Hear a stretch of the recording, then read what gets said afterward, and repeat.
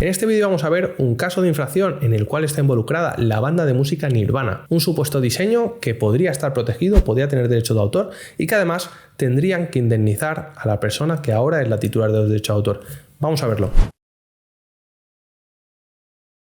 Vamos a ver este caso práctico en el cual la nieta de un ilustrador, ¿vale? Un ilustrador inglés de Reino Unido, ha demandado al grupo de música Nirvana por una supuesta infracción de derechos de autor, por este diseño, esta ilustración que ves aquí detrás, que se llama Upper Hell, que está inspirada en el infierno de Dante, ¿vale? Me parece interesante este caso porque por un lado vamos a ver la protección de los derechos de autor y por otro lado vamos a ver estrategias procesales que podemos utilizar cuando tenemos un conflicto de propiedad intelectual y además podríamos llegar a utilizar leyes de diferentes países. Vamos a verlo. Lo primero de todo es saber cuánto dura la protección por derechos de autor.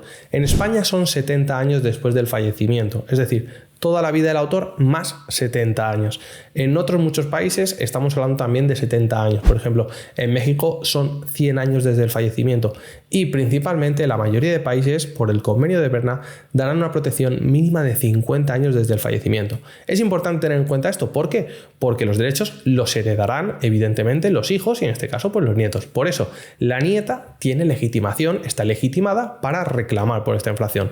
Visto esto, tenemos el autor, que es inglés. Aquí tenemos una reclamación en California, es decir, en Estados Unidos, donde se supone que se está cometiendo infracción o que es la sede del grupo de música. En este caso se nos plantea el principal problema. Esta obra está en dominio público, todavía sigue protegida por los derechos de autor, se conoce la fecha, se conoce cuándo se creó. Y luego, ¿es una obra original? ¿Realmente tiene derechos de autor que se deban proteger? Es decir, ¿podemos plantear la idea de que el autor o supuestamente el abuelo de esta reclamante hubiera copiado el diseño o no fuera totalmente original y por lo tanto no hay que protegerlo? ¿Vale? Ahí tenemos el fondo del asunto, es decir, la discusión principal. Pero me parece interesante el caso porque además de parte de los abogados de Nirvana se ha conseguido que el juez de California no entre a decidir si hay infracción o no. ¿Cómo se consigue esto?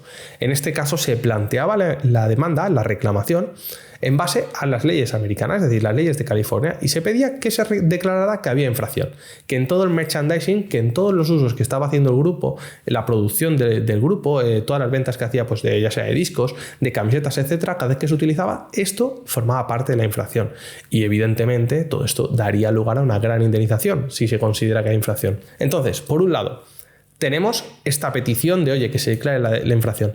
Y por otro lado, tenemos la posibilidad de que ese autor, que es inglés, esté protegido gracias a normas internacionales en cualquier país. Pero en este caso, el juez, en California, ha decidido que para una infracción de un autor inglés no corresponden las leyes de California. Es decir, esta estrategia traída a un juzgado de España sería la de falta de competencia. Alegar que un tribunal no tiene la competencia para tomar decisión en este asunto. Es decir, no le corresponde a este juzgado, le corresponde a los de otro país. ¿Por qué? Porque además no se aplica la ley de nuestro país. Es una infracción que a lo mejor se puede haber cometido en Inglaterra, en Reino Unido. Además se hablaba de que podía haber afección, es decir, que podía tener algo que ver la ley alemana. ¿Podemos plantearle todo este conjunto, esta discusión de leyes al juez y que el juez pueda llegar a decir, oye, es cierto, yo considero que no tengo competencia, no tengo por qué tomar la decisión sobre el fondo? Entonces, fíjate, en este caso ha sucedido en California, el juez ha dicho que no le correspondía a las leyes de California para resolver este asunto.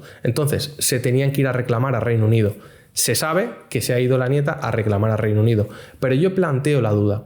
Sabiendo que estás peleando contra una gran banda de música, con todos los ingresos, con toda esta industria, y que tú eres un particular, si ya has visto en una ocasión, por ejemplo en California, que la complejidad técnica, la complejidad jurídica, que está todo un poco confuso, hasta el punto de que el juez no tenga claro qué ley se aplica, es decir, que te diga que no sabe si se aplica la americana, bueno, en este caso ha considerado que se debía aplicar la de otro país. Entonces, viendo ya la complejidad técnica, o sea, hablando de derecho, a mí me entran dudas como abogado de si yo recomendaría a esta persona, que es la nieta, que mucha información seguramente no la tiene clara, nos faltan pruebas, no tenemos al autor vivo, entonces no sabemos si realmente esta obra está en el dominio público, público, me entran dudas sobre si de verdad luego también me iría a reclamar al Reino Unido. En este caso todavía no hay solución, no se sabe qué sucederá, pero es importante saber que, por un lado, tenemos toda la discusión sobre la protección de una obra, si le pertenecen los derechos, si pueden estar en dominio público, si la protección puede haber finalizado y por eso también la obra puede estar en dominio público, ¿vale? Fíjate, cuando una obra está en dominio público, porque ha finalizado el término, el plazo de protección, ya puedes utilizar esa obra, ¿vale? No tienes que pedir permiso a nadie, no tienes que pagar. Entonces, ¿podría suceder esto y al final todo el conflicto se resuelve con que esa obra la puede utilizar cualquiera y que Nirvana simplemente la ha estado modificando, transformando y utilizando sus productos? Podría ser, ¿vale? Entonces, por un lado me ha parecido interesante lo que es la protección y por otro lado lo que es la estrategia de competencia, de decir, no hay jurisdicción, es decir, nos tenemos que ir a otro país. Y luego esto, pues evidentemente saber que el juzgado puede decir no tengo competencia, no me corresponde, no hay jurisdicción, ¿vale? No soy competente para tomar una decisión porque la decisión se tiene que tomar en otra ciudad, en otro país donde realmente sí se aplican las leyes porque el autor era ahí. Ya te digo, si en España se cometiera esta infracción, podríamos reclamar en España y no sería necesario irnos a un juzgado que, por ejemplo, de Reino Unido. Se podría reclamar en base a la ley de propiedad intelectual en España y decir que la infracción que se comete en España pues se tiene que indemnizar. ¿Que queremos ampliar y que se indemnice por las infracciones en otros países? Esto ya dependería del juez y de cómo se enfocará judicialmente. Lo dicho, espero que te haya resultado útil, que te parezca interesante el caso práctico.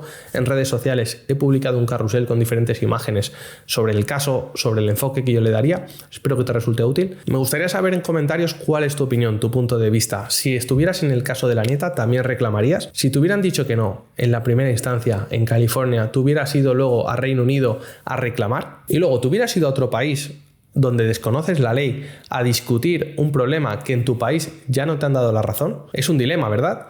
Pues eso me gustaría saber. Lo dicho, espero que te haya resultado útil, que si te gusta el vídeo que dejes un like, que lo compartas, que te suscribas al canal para ver nuevos vídeos y para cualquier cosa nos vemos en siguientes vídeos. Yo soy Pablo Maza, abogado especializado en propiedad intelectual, propiedad industrial y espero que te haya resultado interesante. Un saludo.